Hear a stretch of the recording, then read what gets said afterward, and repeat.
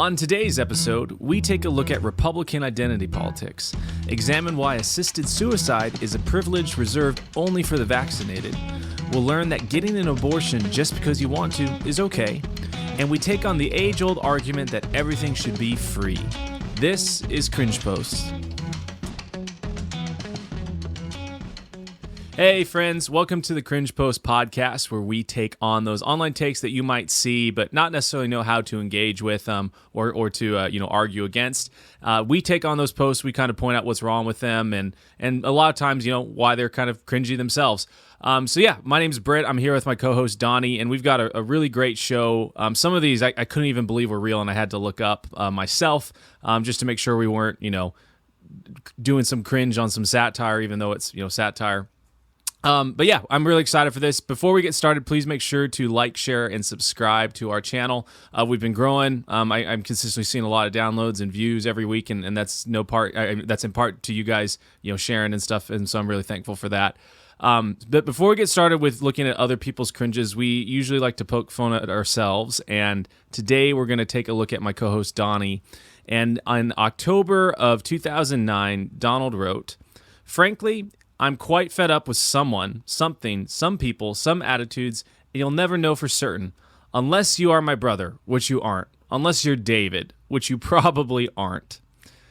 I was telling you right before this, I love a good passive-aggressive Donald tweet. There's been quite a few, and it seems like 2008 and 2009 was the season of these. It's right when your Facebook is becoming more of a social tool than ever before, less of a, playing Super Poke or city builder games, with and more like actually engaging with people on the platform. And then right as I'm getting it, I think, yeah, oh man, or don't we all remember those good days? But right in 2009 is when I would have probably been entering my sophomore year at college, or excuse me, not college, at high school, which was the first year I was not homeschooled. So it was the first year that I was having 5 days a week engagement with, outside people. And I had plenty of, outside class engagements when I was homeschooled, but not for, blocks of hours at a time, 5 days a week. It was mostly like 2 or 3 times a week in, certain segments. And so, you can imagine the time of the life it is, the first time being exposed to sort of like what would be considered banal drama, which I was not really that used to in such high quantities. It led to a very, very passive-aggressive Donnie who was also trying to be kind of pithy and funny, which really falls flat. It's kind of like that womp womp. As anyone can see, there were 0 interactions with the post. It was not a popular one, which I'm grateful for. I hope that means no everyone one looked saw at it and it. were like, "This guy again." Right. Yeah. I couldn't tell you what I'm mad about, but I just like the idea that I'm like, well, I want to be passive aggressive and I want people to know that I'm mad, but I can't be specific. So I'm going to make it, and then I'm going to alleviate it, because just being mad on the internet is lame. So I'm going to make it kind of funny and make it really vague in a funny way, and then make this whole random offshoot about you not being my brother unless you are, but you're probably not it. It's like, ha ha ha, good one. Zing, clever. It's bad. There's no deep insight to this one. It's just a bad take. It's just bad. I like your kind of your thoughts surrounding, like, because I was homeschooled too, right, until I think about middle school, and then kind of like I remember having a little bit of anxiety because like the only thing I'd seen of like going to any sort of like conglomerate of school people was like in the movies and everything. And obviously after day 2 of being at a homeschool co-op, I was like, oh, this is easy and fine and everything's great. But I like joking with my wife because she was public schooled. And we in the beginning of our marriage, we always were like, well, are we going to homeschool or are we going to public school and all that stuff? And obviously we've settled on homeschooling. But I remember joking with her whenever we'd watch a movie. Like we recently watched the original Spider-Man with Tobey Maguire. And I'd be like, oh, so like when Toby's getting bullied, like that's what public school was really like.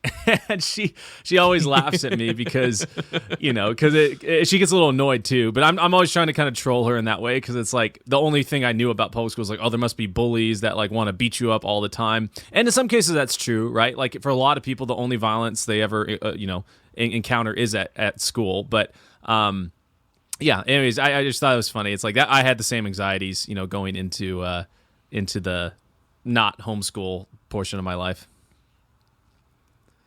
Yeah. Well, and I, it's just one thing when you get a bunch of immature kids in a room together for extended periods of time, you're gonna have the sort of angst and drama and things that crop up, and kids are gonna express it in different ways or whatever. It happens no matter what, but just the longer you have groups of kids together in concentrated amounts, the more likely it's just gonna happen one way or the other. So even though I had a very lovely school experience, and I'm very grateful for my high school experience, as it was, I had moments of the sort of drama frustrating me, apparently. So it's part of growing up. Cool. Absolutely right.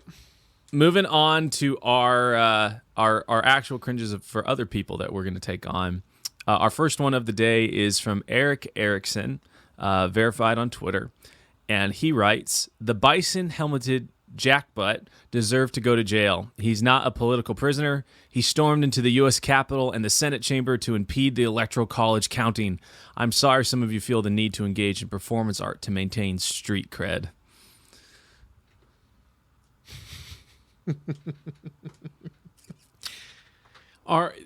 If anyone is not familiar with Eric Erickson, he is the conservative behind Red State, which is a political blog.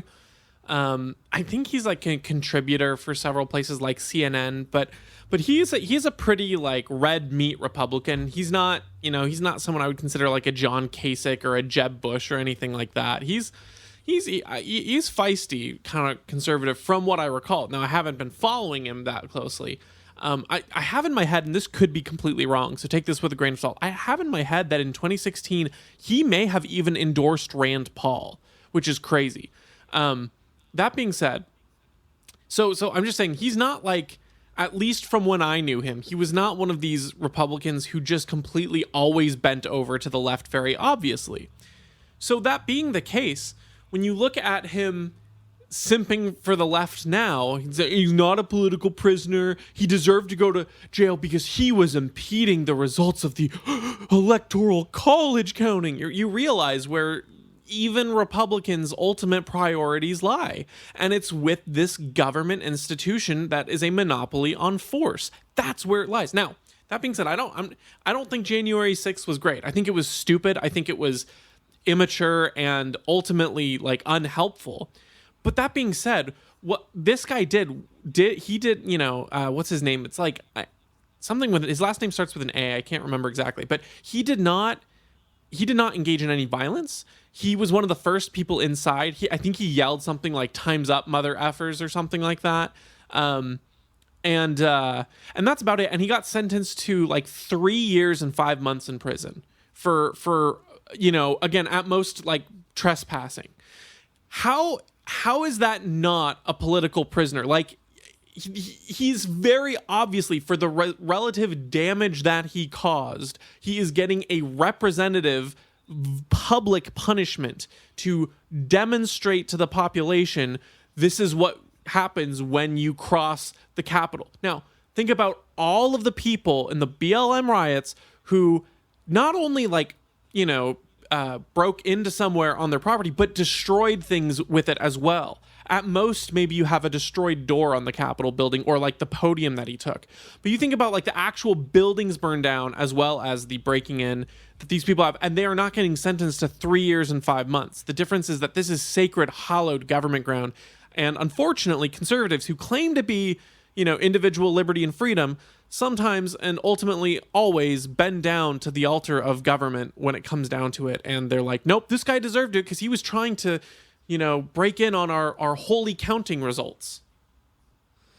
Yeah, it reminds me kind of some of the stuff we saw here in Seattle, right? Like, we literally had protesters that were burning things down, flipping cars. Just a mile down the road from me, they were busting into different retail stores. On camera, you knew who they were, no masks on, like, I'm trying to say, like, not like COVID masks, but like no mask hiding their face. So you could clearly identify right? who they are. Yeah. You could clearly identify who they are, and nothing was done to them, right? Nothing was done to them all. Yet, these folks who peacefully, mostly peaceful, go into the Capitol, with the doors wide open by the cops, there's like a manhunt, nationally for these guys where the FBI is using cameras and, facial recognition software, and they're tracking them down and cornering them and hauling them off to jail. It's like, wow. Like, so when a building gets broken into by the people and all the repairs are going to be paid for by the people, like, you will go to the ends of the earth to prosecute and jail and throw away all these different people. But when a private business, and private businesses had, several tens of billions of dollars looted and destroyed over the summer, and you can actually see where these people are, it's like, I don't really care.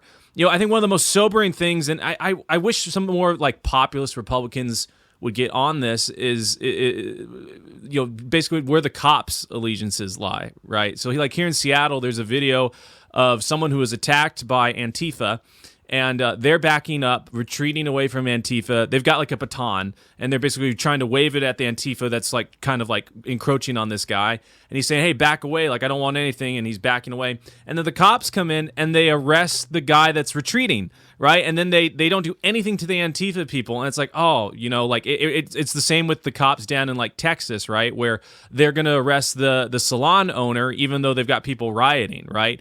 And I just hope this, for the more populist people and the people that maybe want to think things through and look at reality as it is, it just shows like, hey, this has never been about the virtues that they try and say, this honor and decorum and freedom and liberty and allegiance to this Constitution, because they don't give a rip about the Constitution. They don't give a rip about the people that Constitution is supposed to protect or the rights that it's supposed to enshrine.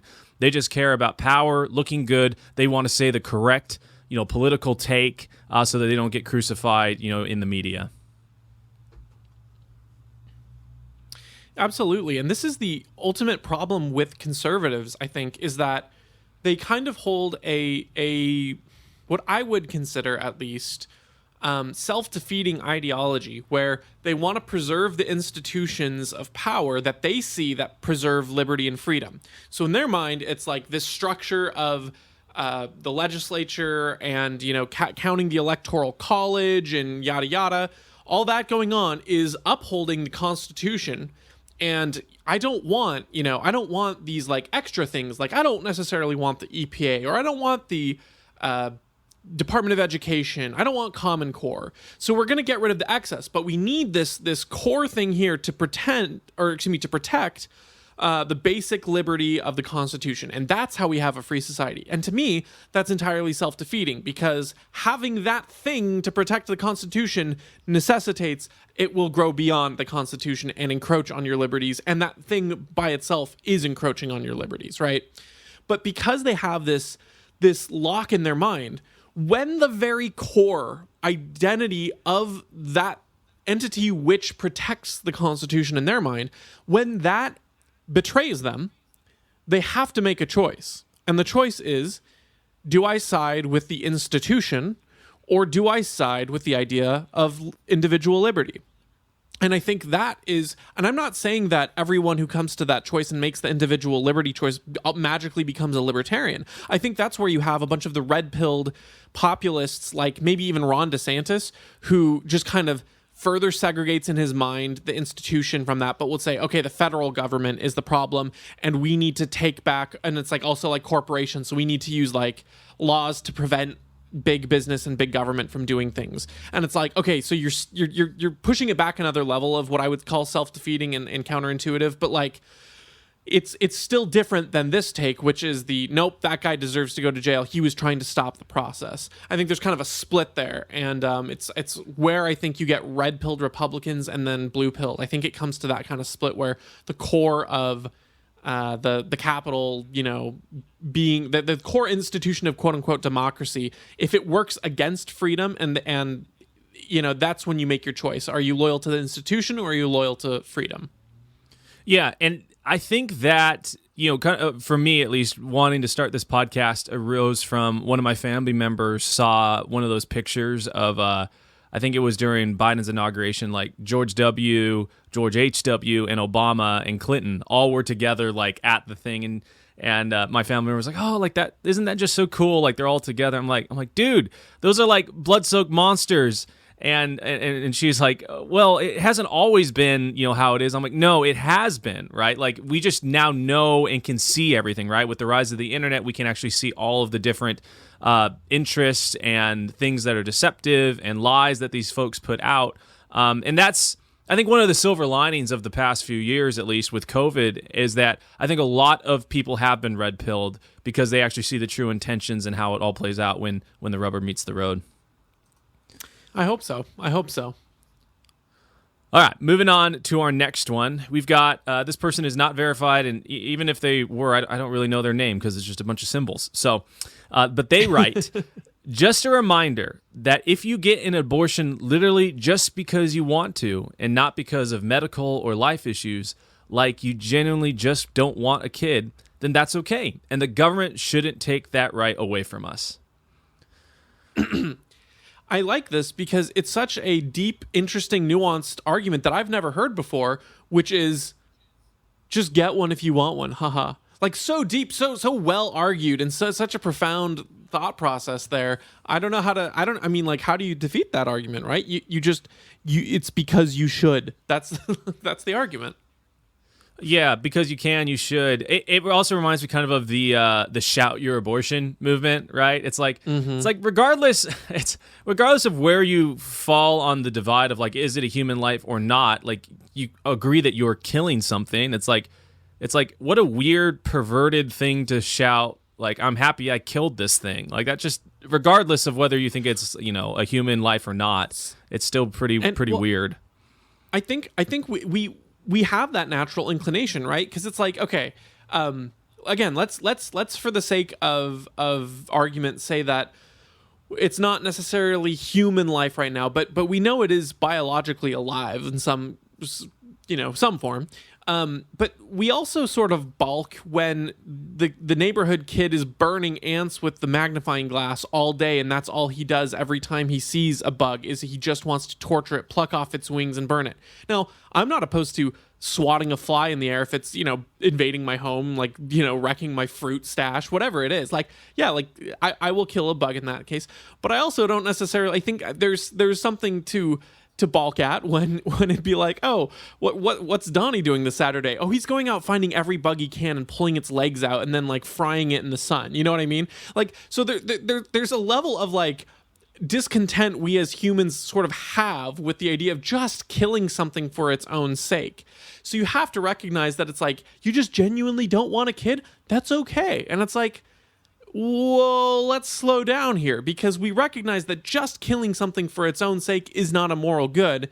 And so, they're saying apart from medical or life issues, I assume they're just saying like, abortion's completely of convenience. And it's like, no, let's slow down here and realize that there is a value to life. And then I think the more that you look into it, the less it becomes just sort of the equivalent of a bug life. And the more and more it becomes, you realize that it is, in fact, an inherently unique, valuable life that is, inherently valuable, not just some bug of some kind. Yeah, this argument reminds me of kind of, when you're having an argument with someone or someone's having an argument with you and you or the other person becomes so emotionally exhausted that you don't actually want to, argue, or maybe you're losing the argument and you just blurt out some big ultimatum. Well, fine, then just leave then, or go ahead and go break all these things or whatever.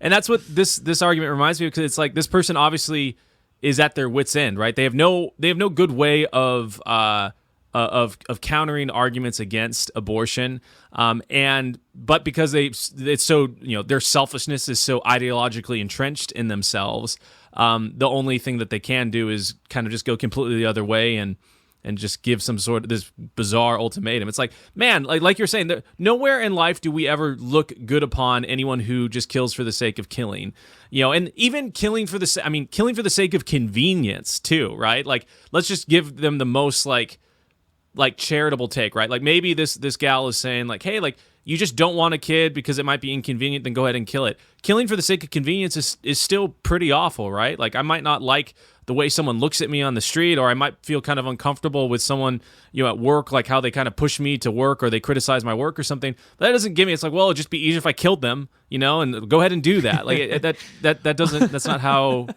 it all works.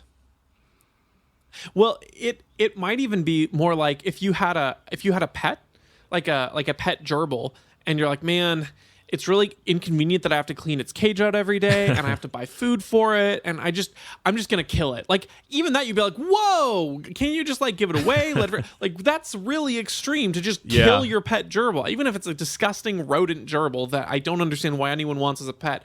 Like that's still not the right option. I'm not gonna, but it when you're saying that like sort of that unable to counter arguments, it's funny because I've had, believe it or not, productive, like good faith debates on this subject with people, and it's been really, it's been good, and like it's very emotional for people navigating back and forth, and the ones that will accept reason really do at least come out with a better perspective and understanding. That's just not the kind of person who, like someone who comes out with more empathetic and understanding to what you or I would consider the right worldview. That's like the idea of just wanting an abortion for its own sake is never the conclusion you come to.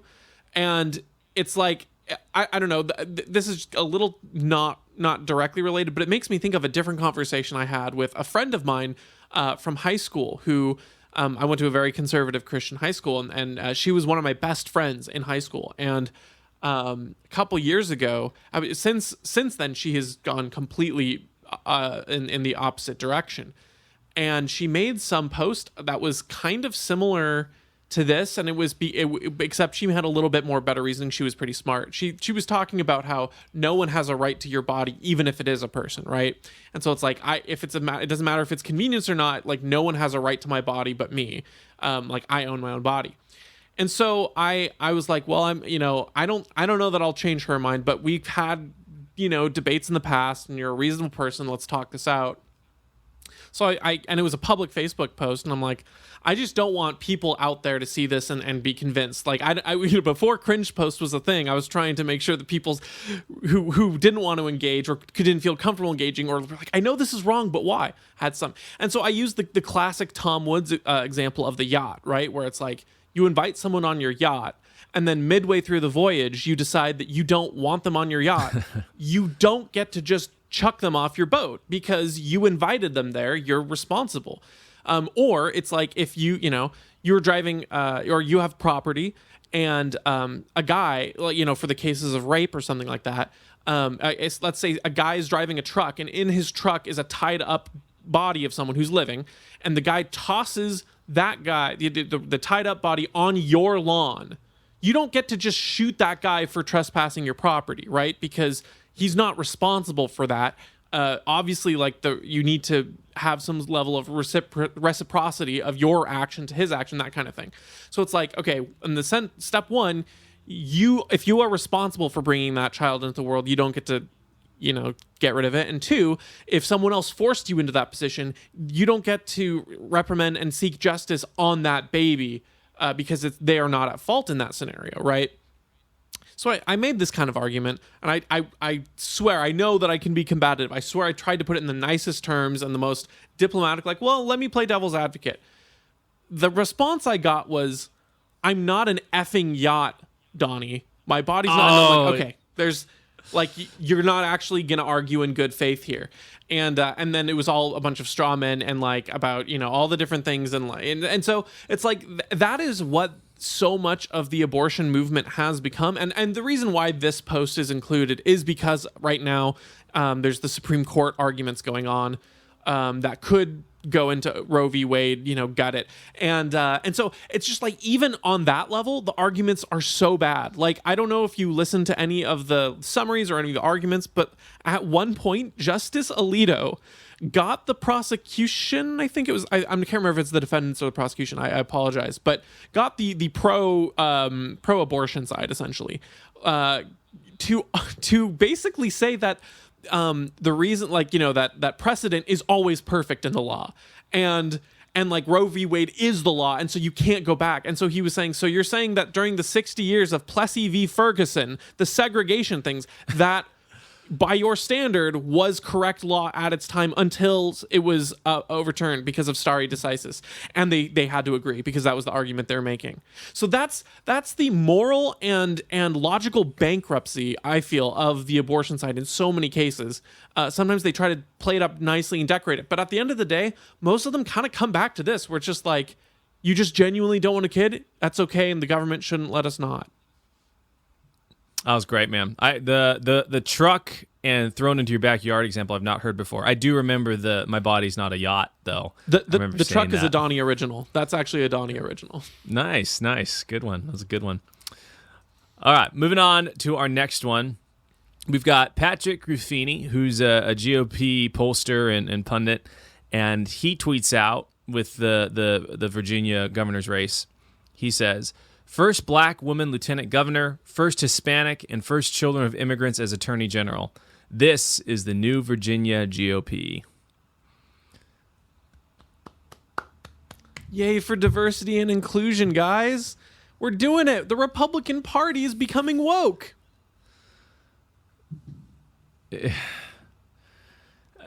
I mean, I guess yeah, go for to it. me, it's just like, when you have to sort of grovel and seek approval on their terms, you're losing the game already.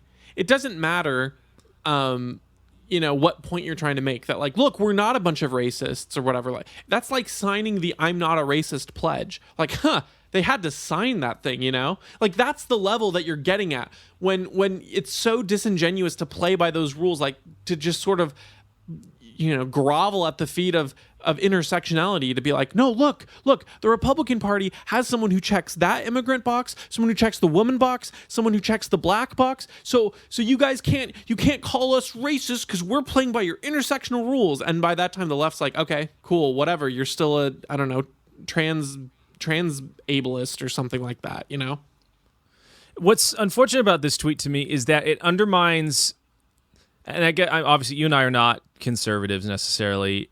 We lean that way in some ways for sure, but like, it undermines the entire argument against identity politics, because the core of like the traditional conservative message and libertarian is like, hey, like, people should be evaluated based on their merit, right? Like how well they do something.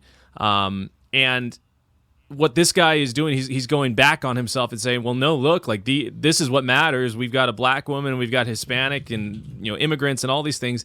And it's like, man, dude, like, literally, like, you're shooting yourself in the face with this, because you're everything that you've basically said, over the past, however long, I don't know what this guy has said, but the traditional conservative view of like, hey, it's not about, how the diversity of like color, but diversity of thought, or diversity of like how good people are and what skills they bring to the table, to make results happen. Like, you're totally undermining yourself with that. And it like you're saying, like, it's, if someone calls you a racist or they try and make you apologize for, like, I'm thinking about like the, I think it was the T-Mobile or the Motorola executive guy, like, apologize for donating to a pro-life, organization. It's like the last thing you do in that situation is apologize, because apologizing, even though it seems maybe like it's going to help you out, like, it's not going to. Like, these folks, your destruction is all they care about. They don't care about you actually apologizing. They're not actually offended. They're only offended with the means of destroying you. And, these folks are not the folks that care about identity politics. They don't actually care about, whether we have more of this type of person or that person in power. All they really care about is getting the people they want into power, and not whether, because, if it just like this guy realized, like, oh, well, we got a black woman as the lieutenant governor of Virginia, and they're calling her one of the leading white supremacists. It's like, it does not matter to these folks, what color they are. They just want the people with the right ideology in there. And so they just do themselves a disservice. This guy does, at least, does himself a disservice when he plays their game. Right. You're exactly right. I mean, the classic example, of course, being Larry Elder in California being declared the black face of white supremacy. And it's put, you put it really well, because what happens is, like, I think people generally on the right, just people who have more, I guess, traditional values of that individual liberty, or people who try to claim those values like conservatives do, would see something like judging someone's ability or merit on like if their skin tone is silly, right? You're like, that doesn't make sense. Why would we celebrate that? And then the left points and says, you guys are bigots because you're not celebrating it. And so then the right runs over. Okay, look, we're celebrating it. We're one of them. And then they're like, doesn't matter because she's still supporting white stuff. Like, why do you think her skin tone matters, idiot? She's still supporting white things. And it's like they're taking the position you were at. Like, they just kind of run around you and point from the position that you were in 2 seconds ago. That was, why does skin tone have to do, what does that have to do with anything? Your merit should define. And then the left's like, oh, now that you've got a black person there, doesn't matter what their skin tone is, it matters what they support. And so you just end up looking like the idiot, right? It's kind of like that joke expression of like, never argue with a moron because you'll lower yourself to their level and then they beat you by experience.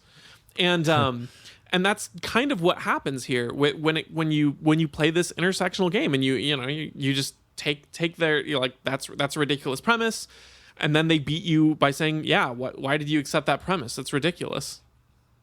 Yeah, I've got I don't know if you've ever read the book White Fragility, but I've been reading through it, and I was having a conversation. I've got a business partner who's black, and then I've got some really close friends that I play music with that are people of color, and they care about other things other than politics and all this stuff, and we were talking about critical race theory because they'd heard it a little bit in the news, and I told this guy, I was like, look, like this book that you're mentioning, White Fragility, I know you haven't read it, but this is like one of the key cornerstones of critical race theory, and in it, and because this, my friend, he's done pretty well, owns a house, has a great family, all these different things, and has a great job, and worked really hard for all those things.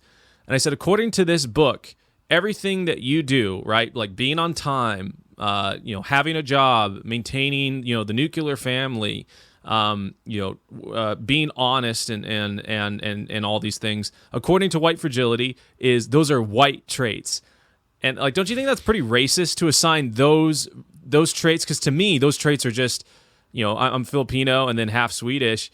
Like those traits are just what it takes to function in reality, right? To grow in reality.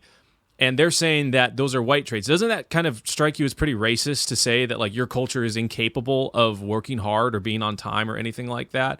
And like he agreed with me, right? And that's that to me, that book, and if anyone hasn't read it, I think you should, because it's really eye-opening, just shows that all these folks care about is power. And however they can get power by manipulating, different people's perceptions of it.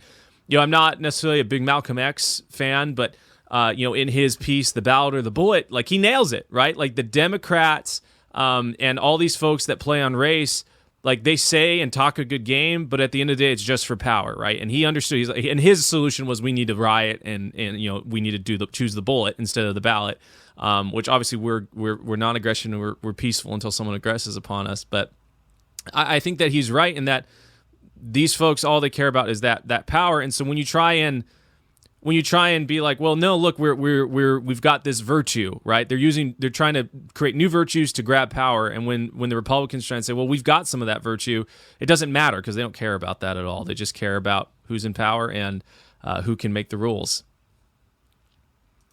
Completely agree. I don't know that I have anything more on this. Cool. So, yeah.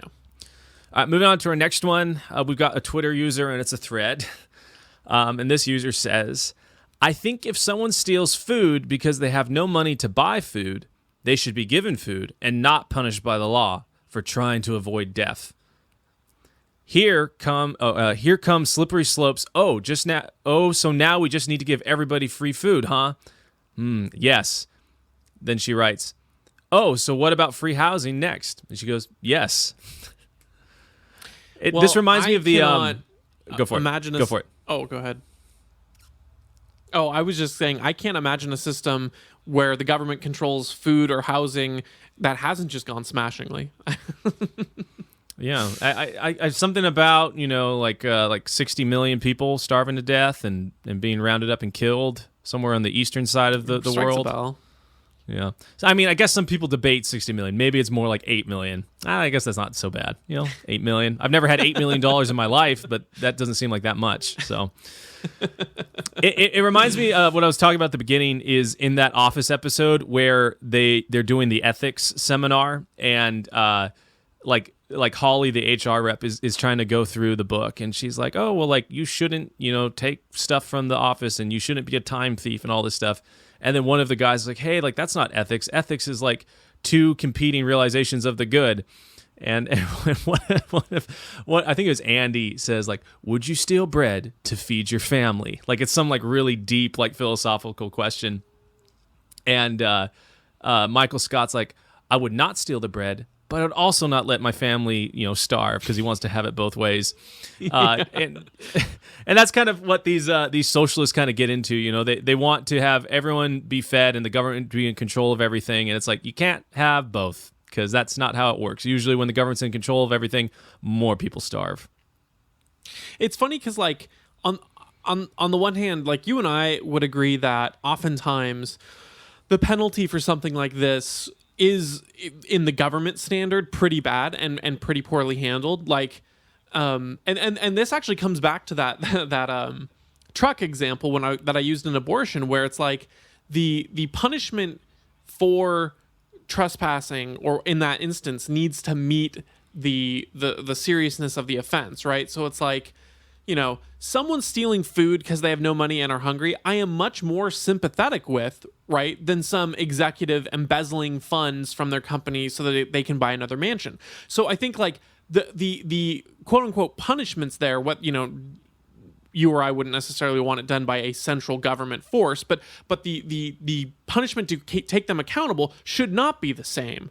And there shouldn't be a system that, like, puts someone who's hungry for stealing food in a prison system that's going to increase recidivism, that's going to keep them from becoming a useful member of society and functioning for their own individual good. I hate saying useful member of society. I just mean more like a functioning individual that is creating value. I don't like the idea that they're indebted to society. It's cooperative action is voluntary. It's good and all that. But just so we're clear there. But it's like, yes, there needs to be some kind of enforcement of private property and punishment, but just some upholding of the private property standards. Otherwise, you completely crush the idea of private property, and then you end up with either a centrally planned government-owned economy, which just does not work because a central group of people, whoever it is, cannot know the way that people operate, cannot know people's individual needs or wants or all those things. It cannot account for that. It cannot create a productive society. It's always resulting on violence, and it always results in mass starvation because there's no way to centrally plan an economy like that. So that's the one hand. And the second hand is, if you have no ability of defense, either from someone defending their own or external people defending enforcing rules of some kind of private property, then you can't have a society that builds on anything, because then everyone will rob their next door neighbor to get a little bit ahead, and you don't have the ability of long-standing things to build on top of one another. It's like if you had a computer that you designed, and you were like, I'm going to learn how to build this into an even better computer. Like, I found a more efficient way to assemble a PC. Like, that doesn't happen if someone's stealing each of your individual components, right? Like, in a very basic example. And what's more, businesses aren't able to innovate and produce, like universities can't, again, publicly owned or not, can't research into new drugs and new medicines and things if there's no foundation that you can build on, maximize. And so the whole idea of private property extends into the realm of public knowledge and public good, because private property is used in a cooperative fashion. So you need that basis of protecting private property in order to get things that will help eventually, like food, become cheaper. Like, think about all of the incredible things that, like, with food development that we've got, that we can mass supply way more produce and ship things way more efficiently, so that there's so much less starvation in the States. You can't do that if you don't have the foundation to build that on. It's like you have to contend with reality. So you have to enforce private property in some way, shape, or form. And you can't just give people free food and free housing and free everything, because that, unfortunately, life is not a free giveaway of unlimited resources.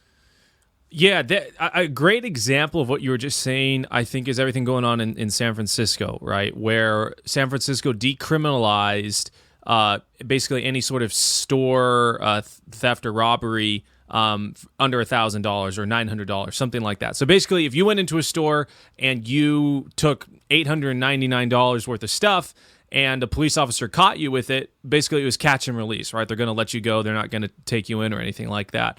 And so this resulted in stores like Walgreens and Rite Aid and a bunch of other retail stores. Literally, there's this video of this guy riding a bike into a Walgreens, pulling up next to the makeup aisle, taking out a duffel bag, and just scooping in all of this stuff into his bag and then riding out, right? And then he comes and does it again, right? And the inevitable result, right, is Walgreens and Rite Aid and all these stores are like, shoot, like, we can't sustain losing $900 worth of product every single day, or maybe even more than $900, right? Because there's basically, it's an unlimited amount as long as you take less than $900. And so they've pulled out all their stores, right? And so that means there's less people employed there, there's less goods and services, and so as there's less goods and services, prices go up, people become more desperate. And at the core of this problem, right, is there's no respect for private property or no enforcement of private property. And like, as you and I agree, right, that is like the fundamental basis of having a just and respectable and peaceful society is the respect and enforcement of that. And yeah, we can get into whether we need to have the state to enforce that or not. Obviously, you and I don't think we do. But regardless, like, that needs to be respected. And yeah, I remember going from like my business class, I had to go to a court and watch like some proceedings, and I saw a guy who stole some food from the Met Market here in Kirkland and got caught, and he told the judge, "Hey, I was hungry," and the judge was like, "Hey, like, that's okay, like, you shouldn't do that, like, I'm going to make you do like some of this community service or whatever," but he wasn't going to go get sent to prison, right? And so I totally agree with you on that. It's like, you know, our justice system, you know, with mandatory minimums and all that stuff can really screw people over. But that doesn't negate the fact that we need to enforce private property. And that's, you know, ownership is how you make sure that resources are used properly. And when people don't feel like they own things, they tend to abuse them. And that's one of the reasons why also like free housing is such a terrible idea. Totally. I think people... They hear this example, and the ones that are familiar with like Les Mis think of that, right? It's like he was put into prison for, you know, like 10 years for wanting to steal a loaf of bread for your sister's starving wife and child, you know? And again, like those situations happen, but the lesson of that isn't that. And obviously that's a book that's trying to demonstrate larger themes and larger ideas, right? About like, you know, legalism and, you know, grace and forgiveness, those kinds of principles. I wouldn't use it exactly as a textbook, like how to run society and be like, look, this is simply why you can't. I mean, at that rate, right? Like, if you're going to use that kind of a, you know, justification, it's like, well, why should you have legal enforcement of anything, right? It's like, you know, you're going to draw arbitrary lines of some kind, like the $1,000 in San Francisco, you know, from the store. But ultimately, you're going to have the negative effects at some point, right? You have to enforce something somewhere. It's just a matter of what you can somehow, in your perfect knowledge, deem as necessary, right? And that's a creeping incline ever forward. Like, what's the appropriate level of housing for people to have free housing? You know what I mean? Like, if free housing's provided, well, you can't spend all of the resources building mansions like Bill Gates owns because there's not room for that. So obviously that can't be the standard.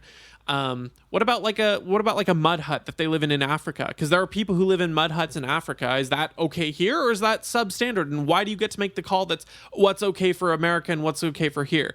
Can we afford it? Well, it depends. Like, whose money are we talking about here? About what can and can't be afforded, etc. It becomes an ever moving target, and one of the reasons why you can't centrally plan an economy is because when no one owns money, it becomes a lot more difficult to determine who gets what. Yep. Because people will or won't want things in different desires, because people are not all the same. Totally agree with that, man. All right, moving on to our last one. And when I saw this, I just couldn't believe it. This is an article, and it's titled, "Assisted Death Only for Vaccinated," Euthanasia Association says.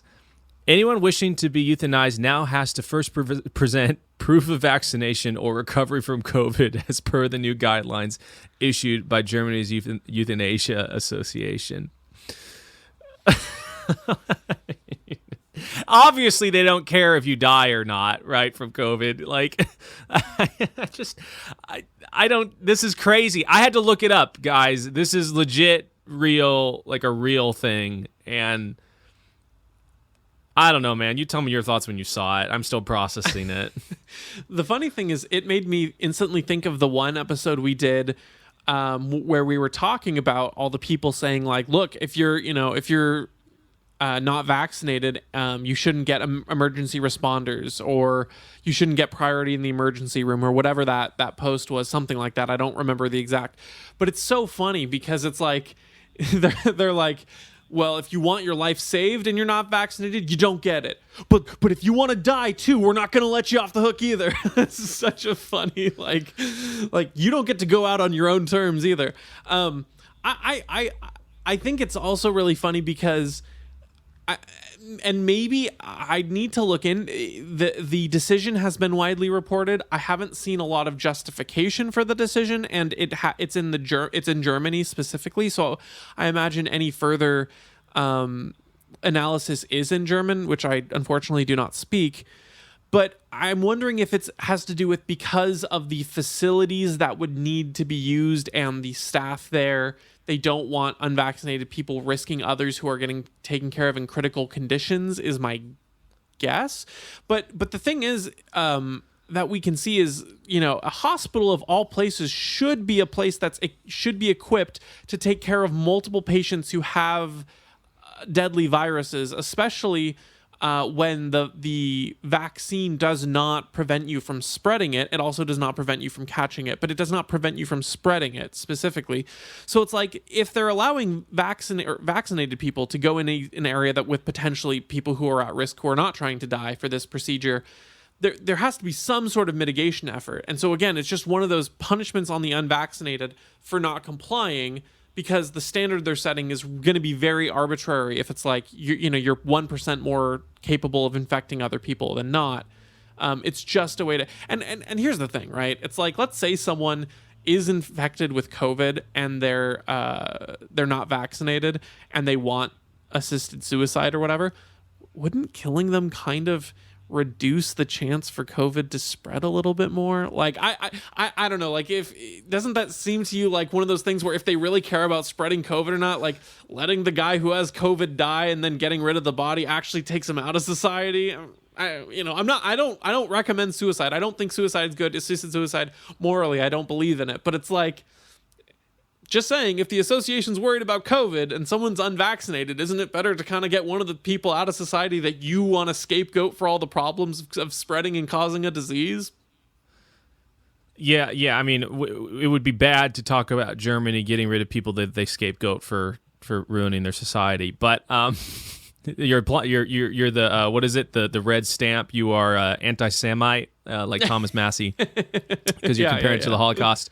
You're right, but yeah, I mean, I guess maybe the what they're trying. I've only read a little bit, obviously, because I just saw this, like 40 minutes ago when I hopped on. But maybe what they're trying to parlay this into is like, ooh, like COVID. Like, there are some people that like they get so sick that they just want to die, and we're not going to kill them if they if they get it and they want to die. So you're bound to suffer from COVID symptoms forever or something like that. Kind of like the Sarlacc in Star Wars: Return of the Jedi, where you're going to be digested for 1,000 years. It's just, I guess the cringe part of it, regardless of whatever reasons, right? Like, I could see this in like a hospice setting where it's like, hey, like, we're not going to admit you to a hospice because you've got COVID, and the folks here that are on hospice care, they're going to die, but they want to live as long as they can and live in peace, right, before they die. I guess I could see it in that way, but obviously it doesn't mention hospice.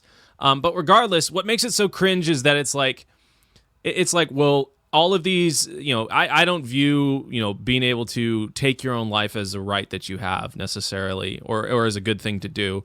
But what these folks are doing, because that's a value that obviously is valued in Germany, they're trying to say, well, if you're not vaccinated, you're denied, these human rights. And it kind of echoes, I don't know if you saw Jim Cramer's thing. He's like, we just need to be done with freedom. We need to have the military enforce, vaccination on people. And that's where this all You're stems. That's where they all want us. This all stems from, right? Is that they want to take away your rights unless you bend the knee to their will and whim, because the less people that bend the knee, the more their power becomes suspect, and that's just not something they can stand for. Yeah, I struggle to understand this particular decision. I really, really wish that any of the articles I found, maybe there are some out there that I can hit later, but that would explain the line of reasoning for it, because to me, it just makes very little sense in my mind. I can't imagine that they're like trying to think of all the different carrots to use to enforce these, vaccinations. And they're like, well, a lot of people want to die. And maybe we can threaten them with, not being able to kill themselves. Threaten them with not dying. Yeah. Well, maybe it's like, we've locked them down and taken away their will to live. They really want to die. So let's make them get vaccinated before they do. But yeah, it was bizarre. I don't know that it's a particularly deep one, but it was a bizarre cringe that I like, of all things to take away. It's just, it is just like another, and maybe there are more and more reasonable ones potentially, but this is the first like medical procedure that I can think of that's actively been segregated from vaccinated and unvaccinated. I could be wrong on that, so you can correct me. You are wrong on that, actually. Oh, I guess like mass procedures, but like masking. Yeah, masking. I was not thinking not masks, because I know there are some masks that required like mass procedures. So like I'm talking about like here in Seattle at the UW, there was a guy who was on the list for a transplant and a surgery for a valve in his heart, and it's life-saving for him. And they denied it to him because he's not vaccinated, right? And he has a history of Guillain-Barré syndrome, and so he was like, well, I don't want to take it because like some of the folks that have Guillain-Barré syndrome, like it gets activated and it gets worse when they take the vaccine. And so they said, well, we're bumping you off the list for the transplant and the valve replacement because you're not vaccinated. Once you get vaccinated, we'll put you back on and you can have the procedure done. And that was back in June, I think, here in Seattle. So basically one of the things they were trying to say was like, hey, because you're not vaccinated, you're no longer a candidate for transplant because you'd be likely to die after you got the transplant from COVID. And so, yeah, that's just some procedures I'm hearing. I don't know if that's like I say, mass spread across all types of transplants and stuff like that. Yeah. But I go for it. Oh, I was going to say, yeah, I do remember you telling that story now. I'm just curious. I don't know if it's like a policy they've set across the board. I imagine they're probably enforcing it across the board, but I just haven't heard of them saying like this procedure is now no longer doing on vaccinated versus unvaccinated. Yeah. It might be more like a case by case, like, oh, you're not vaccinated. Well, we're not going to do this, but it's not necessarily like policy across the board, especially not nationally, because this was the whole German association that does that thing, right? Yeah. Awesome. Do you have any more on this deep one? I'm good. Cool. Awesome. Well, folks, thanks for hanging out with us today. And if you liked anything we said, or if you thought anything we said was cringy, be sure to let us know in the comments or at our socials at CringePostPod. We're on Instagram, Twitter, and all of those things. And like I said before at the beginning of the show, please be sure to like, share, and subscribe. It really helps us out. And we'll be here in a few days with some more cringe for you. Take care.